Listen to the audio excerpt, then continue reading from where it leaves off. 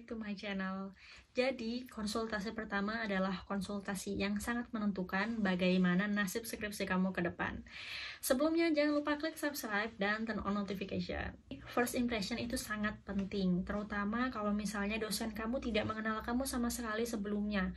Dan momen konsultasi pertama kali adalah momen kamu memperkenalkan diri kamu sekaligus memberikan first impression yang baik. Nah, jadi sekalipun misalnya dosennya ini adalah dosen mata kuliah kamu udah sering ketemu dosennya di beberapa mata kuliah sebelumnya, sebelum skripsian misalnya, tapi belum tentu kamu mengenal dosennya, dosen kamu juga mengenal kamu. Karena kenapa? Di ruangan kelas itu kan banyak banget mahasiswanya, bukan cuma kamu doang. Nah, jadi bagaimana caranya membuat first impression yang baik di konsultasi pertama kali biar dosen kamu nggak marah? Karena kenapa? Banyak banget kasus yang di konsultasi pertama kali dosennya udah nggak suka dengan first impressionnya dia, akhirnya dosennya kayak berusaha bukan menjauh sih, kayak mempersulit dia ketika dia mau konsultasi selanjutnya. Nah, kamu nggak mau kan kalau misalnya skripsi kamu tersendat konsultasinya hanya karena first impression yang nggak bagus. Nah, jadi apa yang harus dilakukan pertama kali? Pertama adalah kamu persiapkan diri sebaik mungkin. Jadi pastikan menggunakan pakaian yang rapi, bersih, dan juga kalau bisa nih ya, misalnya kamu rambutnya gondrong atau berantakan, dirapiin dulu lah sebelum konsultasi pertama kali. Selain dari segi penampilan, kamu juga harus menunjukkan persiapan yang maksimal. Jadi kalau misalnya kamu konsul pertama kali, jangan kosongan datang ke dosennya. Nggak apa-apa sih kosongan, cuma sebagian besar dosen tuh nggak suka kayak kamu datang terus saya mau konsultasi, kamu konsultasi apa, saya juga nggak tahu, saya nggak punya judul gitu, kayak ya ampun mahasiswa ini gitu. Jadi pastikan kamu bawa draftnya ya kasaran aja lah, nggak harus langsung bagus gitu kan kayak proposal. Jadi di awal kamu bisa bawa draft yang kamu mungkin punya gambaran, saya nanti mau penelitian seperti ini. Jadi kamu bawa buat draft kayak isinya judul, terus sama gambaran kasar penelitian kamu kayak gimana. Nah, ketika konsultasi ke dosen, kamu bisa bawa draft itu dan kamu tunjukkan. Sambil kamu juga cerita, Pak, saya punya judul yang seperti ini, tapi saya masih bingung bagian ini metodenya. Nah, jadi konsultasi pertama itu sudah jelas arahnya mau kemana, dosennya juga nggak bingung kan mau ngarahin kamu. Karena kalau kamu nggak bawa draft sama sekali, dosennya juga bingung kamu mau penelitian apa, kamu tertarik di bidang apa.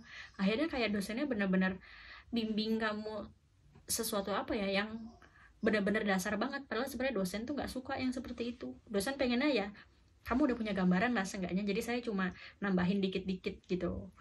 Kayak itu ya. Yang ketiga, jangan lupa untuk selalu datang on time. Kalau bisa in time sih. Jadi misalnya kamu janjian jam 8, first impression kamu jangan kamu datangnya setengah 9 lah. Apalagi kalau misalnya dosennya adalah tipe dosen yang benar-benar on time. Karena kalau misalnya kamu janjian jam 8 terus dia datang jam 8 dan ternyata kamu belum ada, wah udah bad impression banget. Ini mana mahasiswa katanya janjian jam 8, dia yang minta janjian, kok dia yang belum datang gitu. Jadi kalau misalnya janjian jam 8, minimal ya jam 8 kamu udah di sana. Atau kalau bisa sebelumnya. Jadi dosennya tahu, wah mahasiswa ini janjian dan dia juga menepati janjinya, berarti dia serius gitu. Karena kenapa nggak sedikit kok mahasiswa yang janjian sama dosen terus dianya yang nggak datang. Atau bahkan bukan dianya yang nggak datang, dianya telat lah. Jadi kayak dosennya ngerasa, kok jadi saya ngejar dia ya. Padahal dosen tuh kayak merasa suka dia merasa dibutuhkan gitu. Jadi kamu yang ngejar dia, bukan dosennya yang ngejar kamu gitu. Kecuali kamu udah semester akhir mau DO kali ya. Beberapa dosen udah ada yang mengejar mahasiswanya sih. Ada juga beberapa dosen yang nggak peduli lah skripsi kamu ya. Kalau kamu mau lulus ya kamu urus, kalau enggak ya udah gitu. Kayak itu ya. Terus yang terakhir, selalu menggunakan bahasa yang sopan.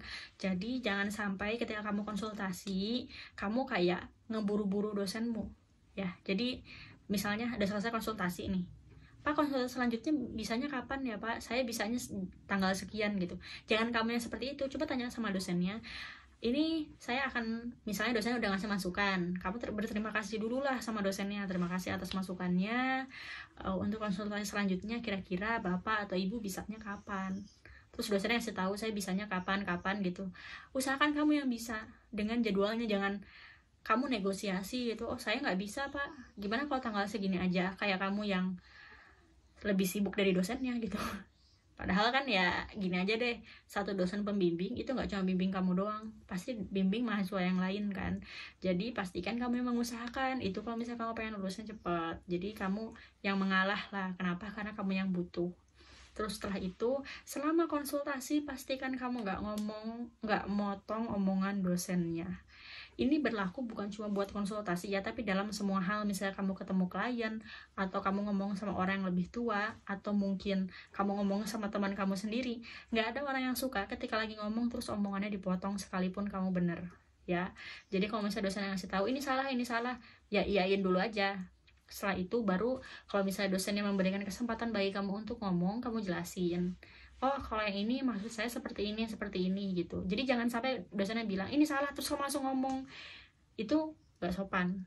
Kenapa? Karena saya dulu pernah seperti itu. Saya nggak tahu kalau dosennya itu maksudnya adalah lagi penjelasan dan dia nggak mau dipotong. Dulu saya berpikir, oh dosennya ini minta dijelasin, ini salah, oh iya maksudnya seperti ini. Jadi dosennya akhirnya marah gitu. Jadi jangan sampai mengulang kesalahan yang sama seperti itu. Kesalahan tersebut cukup jadi kesalahan saya, dan teman-teman tidak usah mengulang kesalahan yang sama. Segitu aja penjelasan untuk first impression di konsultasi pertama. Kalau kamu punya pertanyaan lain, bisa tanya di kolom komentar di bawah ini. Dan terima kasih sudah menonton video ini sampai akhir. Sampai jumpa.